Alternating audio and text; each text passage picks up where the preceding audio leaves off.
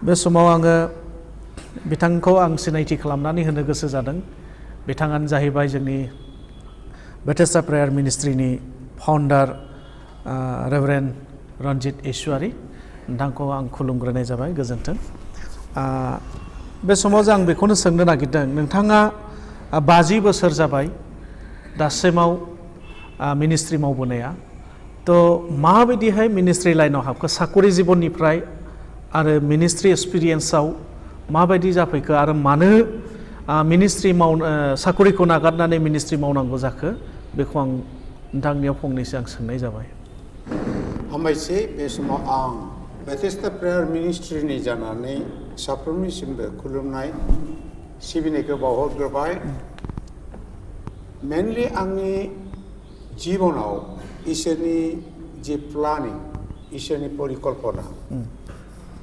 आं बे इसोरनि परिकल्पनाखौनो आं मिथिहोनो होननानै सानदों।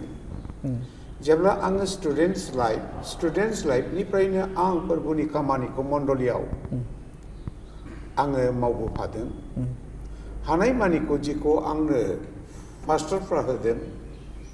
आं बिखौ खुसिजों रंजानानै आं मावबोदों। आङो जेब्ला क्लास 9आव स्टाडि खालामो, बे टाइमाव आं मोनसे भिजन नुदों।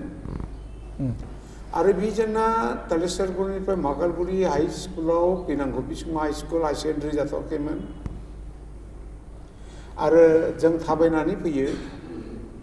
आरो ओइदिनखालि आं हारसिङैल', लोगोफ्रा गासैबो बारग'जोब्बाय, रावखौबो लोगो मोनाखै आं। आरो सासे गुफुर सि रौ रौ गाननाय, आथेङानो गासैबो खोबजोबदों बुद्रुज्लायनाय, आरो बेबादि रौ रौ मानसिखौ गोजानाव नुहुरनायखाय आङो गिनानै दंफाङाव गावखौ सिखोमानो नाजादों। मोनसे दंफाङाव सिखोमायनानै आङो सानफिनदों, आंखौ खारबोनायाव बे नुहुरखाबाय, बेनिखायनो आं गावखौ थाखोमायाब्ला आं बिनि आखाइनिफ्राय गनाय नंलिया। बेबादि साननानै बिराद आं दाने मोजां लैखो खालामनानै आरो बिखौ गुबुनाव नायहरनाय बादि नुहुरनायखाय आं गुबुन दंफाङाव बारस्लायदों। आं थामनि बेबादि बारस्लायब्ला माब्ला बियो सफैखो आंखौ मिनो हाया। आरो बियो हमनानै लाबोबाय आरो सोंबाय, नों आंखौ सिनायगौ? आं बुंबाय, आं नोंखौ सिनाया, नों सोर? आंबो सोंदावबाय, नों सोर? अब्ला बियो बुंबाय, देनां नों आंखौ मिथिगोन आं सोर। अब्ला आं बुंबाय, नों देनां माब्ला मिथिगोन, दानो नों खोन्था नों सोर होननानै आं सेकेन्ड टाइम सोंबावब्ला बियो गावनि माबानिफ्राय बे बाइबेलखौ बहननानै बे बुंबाय, बेलाय मा बिजाब? आं बुंबाय, बियो जोंनि बाइबेल। बियो बुंबाय, नों बेखौ नोंनो होनो फैदों, नों नाजावगोन ना नाजावा? अब्ला लेखाखौ ज्राब दोननानै आङो आखाइ थाइनैजों आं बेखौ नाजावदों। बाइबेलखौ नाजावनानै आं गोबाना लादों। आं नाजावनानै गोबाब्लानो बे गोमोरबाय।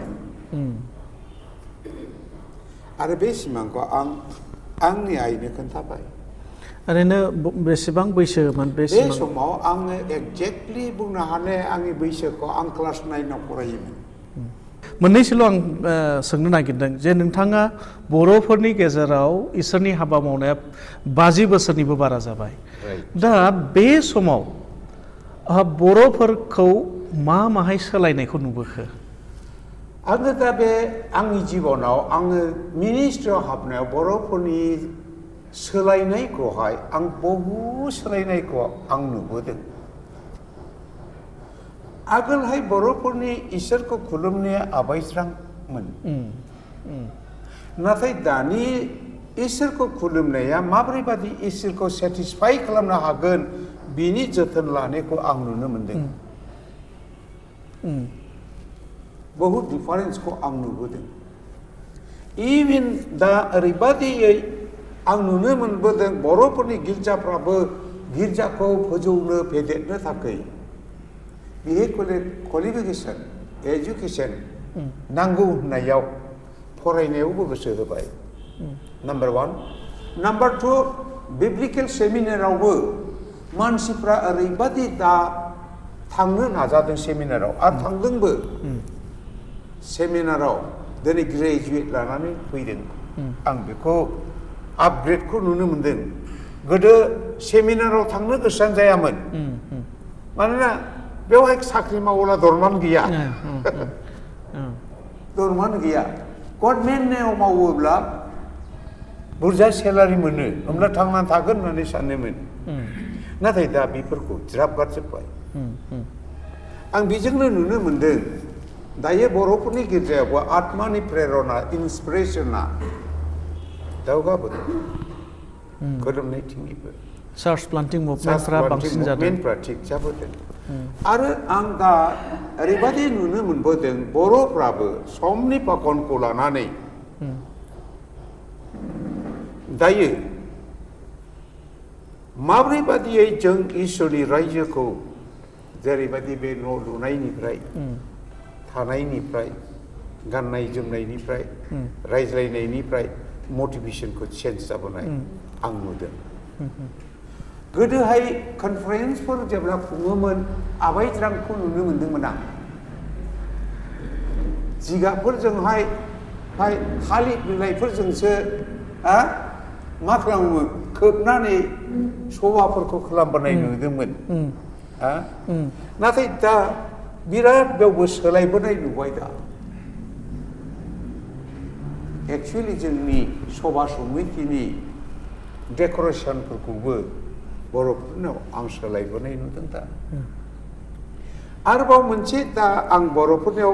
मेनलि सोलायनायखौ बेखौनो नुनो मोनदों जे इसोरनि आत्मानि इन्सपिरेसन होननानै आं सानो बेखौहाय दा मोनसे बाथ्राया गोदोहाय नोङो नों आंने आंनाय बेबादि मोनसे थायोमोन डेनिमिनेसन बेरार दंमोन डेनिमिनेसन अर्थ'डक्सआ गोदो दंमोन आं बाप्टिस्टनिलै नों लुथ्रेनलै नों सेनाय आं सेनाय आं लुथ्रेन होननाया आंना फैदोंमोन नाथाय दा बेखौ स्लाइटलि गोमोरलांनाय नुदों आं आरो ओरैबादि मोनसे दा फैदों जोङो बर'फ्रा दायो खौसेयै माबोरै जानो हागोन बिनि प्रेरणाखौबो आं दा एसे नुनो मोनदों आरो डेट मिन्स आं बर'फोरखौ दिनै आं बुंनो थाङोब्ला गोथै जिबनानो आं प्रभुनि परिचर्यावनो फैदों आरो चेन्जिंखौ आं नुनो मोनदों आच्छा दा नोंथांनि मिनिस्ट्रि बेथेस्टा प्रेयार सेन्टाराव गोबां सोमोनांथाव हाबाफोर जादों आरो बे सोमोनांथाव हाबानिफ्राय नोंथाङा मोनथामसे जाथायफोरखौ बुंनो हागोन नामा बे सोमोनांथावाथ' आंनिफ्राय नङा थ्रु जिसुनिफ्रायसो होननानै आं फोथायो आङो नैबेखौल' आं सासे बिनि फल'वार होननानै आं गाव साननानै लायो आच्छा फोरबोआ आंखौहाय गावनि खामानि मावनो आंखौ लिंदोंब्ला नाम्बार 1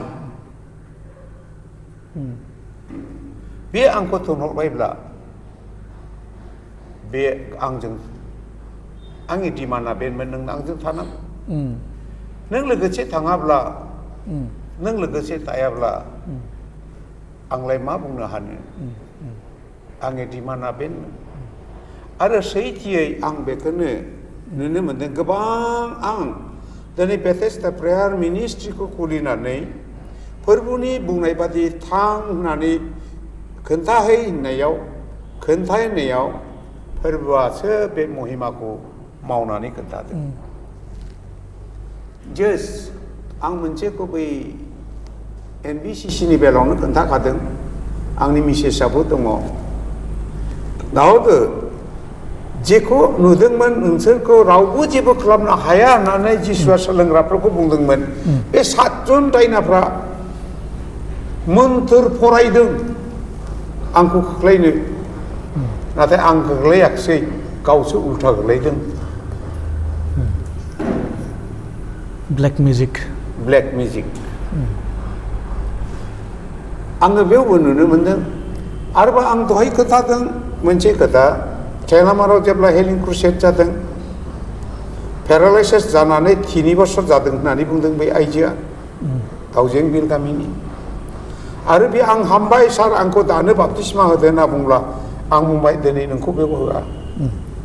आरो बे बेलायाव जेब्ला आंखौ रेभारेन्ड अब्राहाम मोसाहारिया लाबोदों अब्ला बेवहाय आं बेखौनो बुंनो हास्थायदों जेब्ला 7थाखौ बारग'नानै थांनानै जाय मानसिया बाप्तिस्मा होगोन न'खर दजेना जिरायनानै गाबां जिरायदों आं सहैनानै बुंबाय दजेन नोङो नोंनि बायफ्रुनाय महरखौ दिन्थिनो आंखौ लिंहरदोंमोन नामा बे माबोरै जाखो दजेन नों आंखौ रंजानानै खारलांनानैसो नाजावनांगौमोन बिसा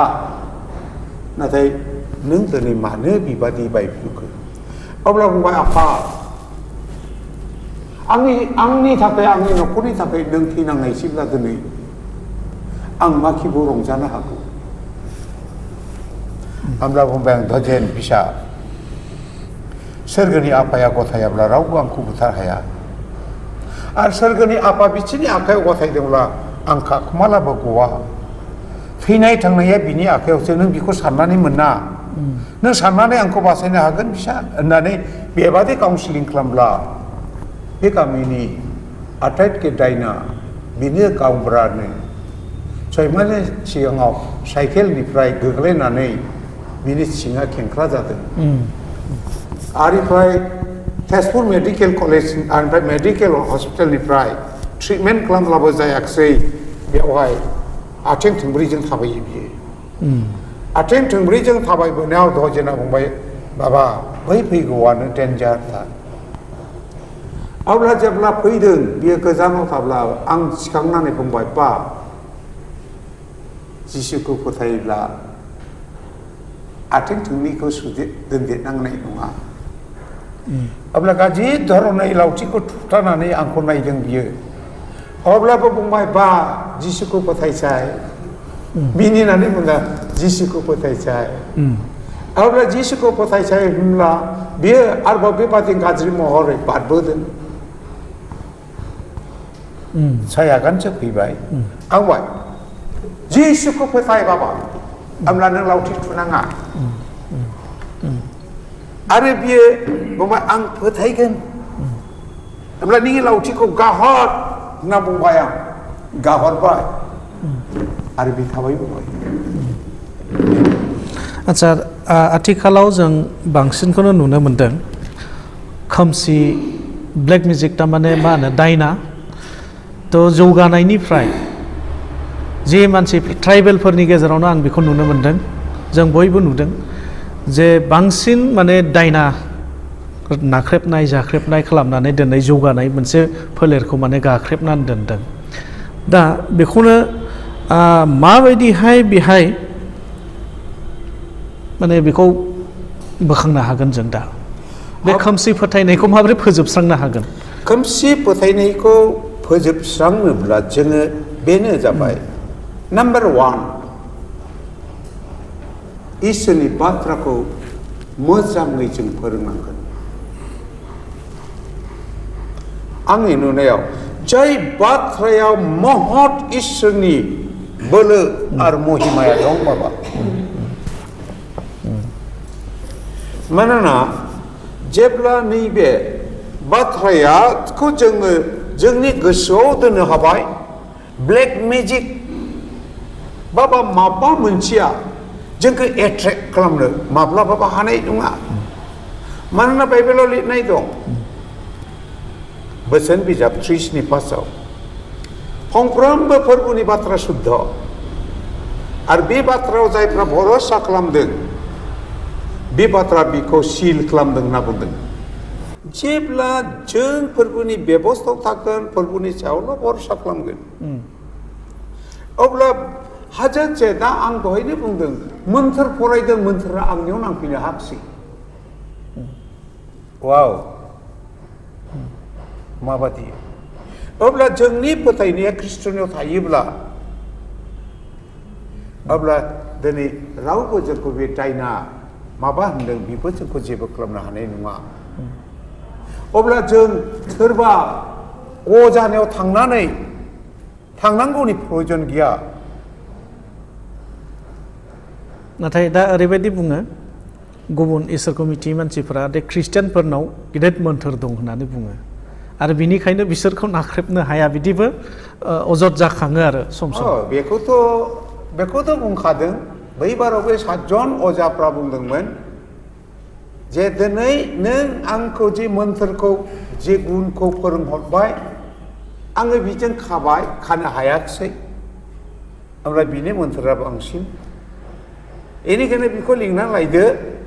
जों 7 जनबो नाजागोन जुदि हायाखैब्ला बिनि मोन्थोरखौ जों सोलोंना लाखिनांगौ बे जोंनि गुरु जाथोंसै बिसोरनि फोथायनाय लाबोबाय आरो बिसोरो मावबाय हायाखिसै गिख्रंनोसो गोनां जाबाय बेनिखायनो मोनसे बाथ्राया जेखौ बुंदों खोमसि फोथायनाय होननानै बे बाथ्राखौ आं बेबादि सानदों जे बेयो जों फोरबोनि बेबस्थायाव जुदि बिनि बोसोन बादि थायोब्ला अब्ला जों बेयाव चौधुरि नांगौनि खुनु प्रयजनानो गैया बेलाय दंखायो गोदोनिफ्रायनो बे आरिया दायनाया दंखायो इसोरा बुंखादोंमोन नोंथाङा फराय डिउटारनमी माबायावहाय 18 अध्याय 9निफ्राय फराय बुंखादों बेबादि मानसि नोंसोरनि जे मोना इसोरा राय थिखादों अब्लाबो जों दा फोरबोनि बोसोरनि सायाव थायिखाय जों दिनै फोरबोखौ बावगारनानै बेनोसै जों चौधुरिनो गोनां जाबाय बेनिखायनो जोंखौ बेयाव जेन थांनाङा बिसोरजों जे फिदिंजाया आरो नस्थ' जाया फोरबोआ गावनि बेबस्था आरो बाथ्रायाव थानो दोनखादों दिनै जों इसोरनि बोसोनाव थायोब्ला अब्ला जों बेवहाय चौधुरि नांगौ गैया बरंस बिसोरसो चौधुरि नांगौ आरो मोनसे बिसयाव आंनि जिबनाव मोनसे एक्सपिरियेन्स बावलाय आं बेखौबो नोंथांमोननो खोन्थानो हास्थायदों बे अदालगुरि खायजामाथि बोरिगावआ जानाय घटना आरो बे बिराद गिदिर मैखोम जोंनि सोरगिदिं गासिबो हिन्दु जोबखा आरो बेयाव सासे 1.5 बोसोर मानसिया गोग्लैजोनानै सिखारनो रोङा बामखांनानै खिनो हासुनो लांनांगौ 1.5 बोसोर बेसे सैबावनो आरो बोरै खोनाखो बिसोर आंखौ कल खालामनानै लिंहरबाय आरो रौतानिफ्राय आंखौ लानानै फैबाय आं बुंदों आंजों लोगोसे आङो जोंनिफ्राय हारसिं फैबाय आं खावलायहरदों आंजोंहाय आरिया खायजामाथि बोरिगावआव थांफानो अमुखा फैलै हाब जानाय नङालै आंहा आमाय बिदि खामानि दं सोरबा बुंबायला ओरैबायदि रायज्लायनायखौ खोनादों आं अबदा टेलिफनाव ओइ दा थां बे जायगायाव दा थां बिराद दायनाफोर दङ आरो बेयाव जिसुनि खोथा बुंहैनानै नोंसोरो बुजानो होननानै बुंनायफोरखौ आं खोनाबाय आरो रावबो थांफाखसै आङो फंबाय डेभिडखौ लानानै थांदों उइटनेस बादि जाबाय बियो दा बे खोन्थानो हागोन जेब्ला बेयाव सहैदों गैयालाबो 150 जनसो 100नि 150 जननि अभार जागोन मानसिफ्रा सिथ्ला बुंजोबदों आरो बेवहाय बिराद गिदिर अजा फैगौ होनना बुंदों बिसोरनि प्रचारा बिराद गिदिर अजा फैगौ एकदम गोथिं सिखांहोखायो बे अजाया बिख्यात अजा होननानै खोनानायखाय नायनो फैदों नोंथांखौ नायनो फैबाय आंनोखौ नायनो फैदों आरो थांबाय थांनानै मानसिफोरनि हमागमखौ नुनानै आं इसोरखौ हामबाय होनबाय नोंनि महिमाखौ दिन्थिनो बै नोंनि बिसाफोरबो जिसुनि समावबो हारसिंलै नङा गोबां उइटनेसफोरखौ दोनदों दिनै बे उइटनेसफोरखौ नों लाबोखाबाय फोरबो हामबायसै आं प्रार्थना खालामबाय आरो बेयावलाय माथो इसोरनि बाथ्रा बुंनो आंलाय दालाय बुंब्लाबोलाय मा रज'नो बेनिखायनो आं इसोरनि बाथ्राखौ बुङालाबानो बे थाव दैखौ लानो दोनखादों नालाय बिखौ हमखांनानै मुख्राखौ खेवनानै बिदा फंबाय सानैजों प्रेयार खालामबाय प्रेयार खालामनाय आं सोंबाय बेमारिया बहा दोनदों ओइ साहानि सानजानि खथायाव दङ होननानै बुंबाय आरो दैखौ आं लानानै थावखौ फंबायनो दोनबाय नों बेखौ लाथ'दो आरो जेब्ला आं थांबाय आङो सिखारनायनिफ्रायनो जिसुनि मुङै दैखौ सारलांखाबाय आं आरो हाबलांनायावबो आं सारनिबाय मानसिखौबो जिसुनि मुङै सारदेरनोब्ला बागदावबाय बियो गुलाब गुथाब जाबाय बियो आरो थावखौ फुनबाय थाव फुननानै आं सोंबाय बिफुल बाबा माबादि मोनदों बिराद मोजां मोनदोंलै आफा मोजां मोनदोंब्लालाय माथो सिखारबाय जिरायबाय गसंबाय आरो आं बुंबाय नों आंनि उनाव फैदो आं जिसुनि मुङै थाबायगोन बेयो आं जिसुनि मुङै थाबायगोन होननानै थाबायबोबाय जेब्ला थाबायबोबाय बाहेरायाव सिथ्लायाव ओरैनि खामसालिसिम थाबायलांबाय आरो बेनिफ्राय आं बुंदों गिदिंबाय आरो फैफिनबावोला बे 150 जनसिमनि मानसिनिफ्राय बुंबाय ओइ चप्पल गाननोसै चप्पल वाव मा जाखो बिलाय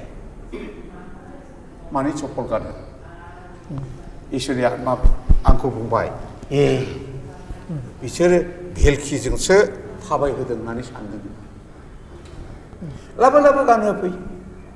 गानहोफैबाय प्रेक्टिकेल भिउ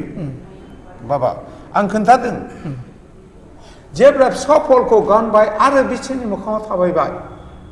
भेलखिजों थाबायहोनायानो चप्पल गानहोला थाबायनो हाया ओइदिनसो मिथिदों आं बिसिनि फोथायनाय आरो बे औ बिसिनि नोंमारगौबो जानो हागौ चप्पल गानहोब्ला भेलखिजों थाबायहोनाया थाबायनो हाया नङा बे भेलखिजों नङा बिसोरनि फोरबोनि बोलोजोंसो होननानै बुंनो गोनां जाबाय अब्ला नाहरदो आंनि जिबनाव बे मिनिस्ट्रिखौ मावनानै आं दिनै मोननो हादों फोरबोनि सायावनो दिनै जोंनि गासैबो दोनजोबोब्ला फोरबोआ जोंखौ माबादि गुरगनाय बिनि बिसा खालामगोन अब्ला जों बे दा संसारनि माबायावहाय फाखनाव जों गोग्लैनांनाय नङामोन थिग दङ जों गोबां मिथिनो हाबाय जोङो जोबनायथिं लाबोनोसै जों गुबुन दिनफोराव आरो जों बेफोरनि सोमोन्दै सावरायबावगोन दा बेनो जे जोङो मिथिनो मोनबाय बेथेस्दा प्रेयार मिनिस्ट्रिनि फाउन्डार रेभारेन्ड रन्जित इसवारीनि बिथांनिफ्राय गाव 50 बोसोर मावबोनाय मोनसे एक्सपिरियेन्स आरो बे एक्सपिरियेन्सनिफ्राय बुंबाय जे खोमसि फोथायनाय अजाफोरनिफ्राय मारै आरो इसोरा मा बोलो बिनि सोमोन्दै फ्राय बुजायना होबाय जे जों बेयाव मिथिगौ सासेल' इसोर आरो बे इसोरानो बोलोग्रा इसोर बिनाव अजायाबो खाथिया आरो बेमार आजाराबो थावरिनो हाया जिसु ख्रिस्ट'आ जेब्ला बुंगोन अब्लानो बेखौ सोखा जागोन बेखौ जों मिथिगौ आरो दिनै बेथेस्दा प्रेयार मिनिस्ट्रिनिफ्राय गोबां रग बेयादिफोरा हामदों भुतफोराबो खारदों बेफोर बिसयखौ जोङो गावनि फाउन्डारनि खुगानिफ्रायनो खोनानो मोन्दों बेनिखायनो आं दिनै नोंथांखौ बिदाय होनांसिगोन बारा गोबाव आं खालामला नोंथाङा सम होनायनि थाखाय